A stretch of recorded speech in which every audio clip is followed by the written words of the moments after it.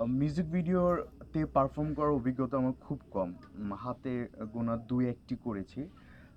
এটাতে আমি আসলে এতটা অভ্যস্তও না। আমার খুব কাছের ছোট ভাই সৌরভ ঘোষ নিলয় সে বললেন যে এই কাজটা করতে হবে। আর আমার কাছে মনে হয়েছে যে আসলে এটা তো অভিনয় নির্ভর একটা মিউজিক্যাল ফিল্ম। তো এটাতে কাজ করাই যায়। আমি সত্যি কথা বলতে যে খতিব খামারবাড়িতে কাজ করতে এসেছি। আমার কাছে মনে হচ্ছে যে আমি একটা সিনেমাতে অভিনয় করতে এসেছি। আমি সিনেমার ছেলে, সিনেমার ফিল পাচ্ছি।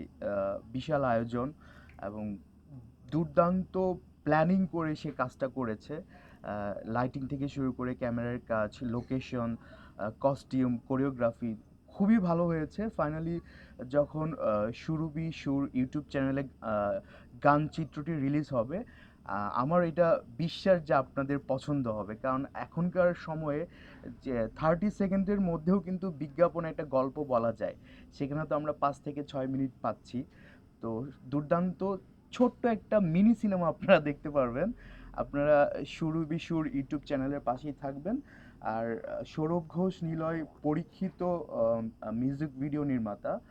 আমার কাছে মনে হয় বর্তমান সময়ে যারা মিউজিক্যাল ফিল্ম বানান, যদি হাতে গোনা ৩-৪ জনের নাম বলি সে একজন। তো তার সঙ্গে কাজ করতে পেরে আমার ভীষণ ভালো লাগছে। কারণ একজন পরীক্ষিত মানুষের সঙ্গে যখন আমি নতুন একটি কাজ করতে যাই, তখন তার অভিজ্ঞতার সঙ্গে আমার বেশ কিছু মেলবন্ধন হয়। সো আমি খুব এক্সাইটেড। আপনারা সবাই চোখ রাখুন সুরভি সুর ইউটিউব চ্যানেলে। That's it.